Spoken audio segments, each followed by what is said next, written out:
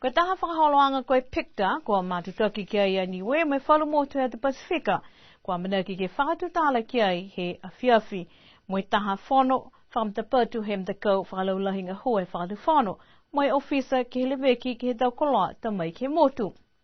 Koe maweheanga koe picta ne tālanga ke whakanga hua ke tau puhala, ke tau motu taki taha i te Pasifika, ke whakatau me uta whānu e tau koloa, ka koe tau koloa ni kua tālanga ke motu ia, mo mai ke whoki ke tohi whi tau tutungi ke whalu koloa, ha koe tau maweheanga nei.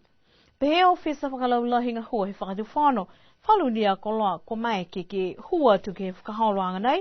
koe tau koloa ni ne tālanga ke motu, kua manaki ke whakamuoli mo taha motu whoki.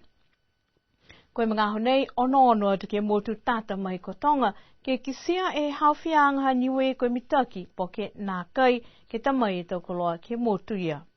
Koe whakaakoanga he awhiawhi nei, kua whamtapatu ai ki alau tolu e do tangata pisnisi, ko alau tolu ne tamai e tau koloa ke motu, mai whalu do tangata whoki ke motu a tau tolu.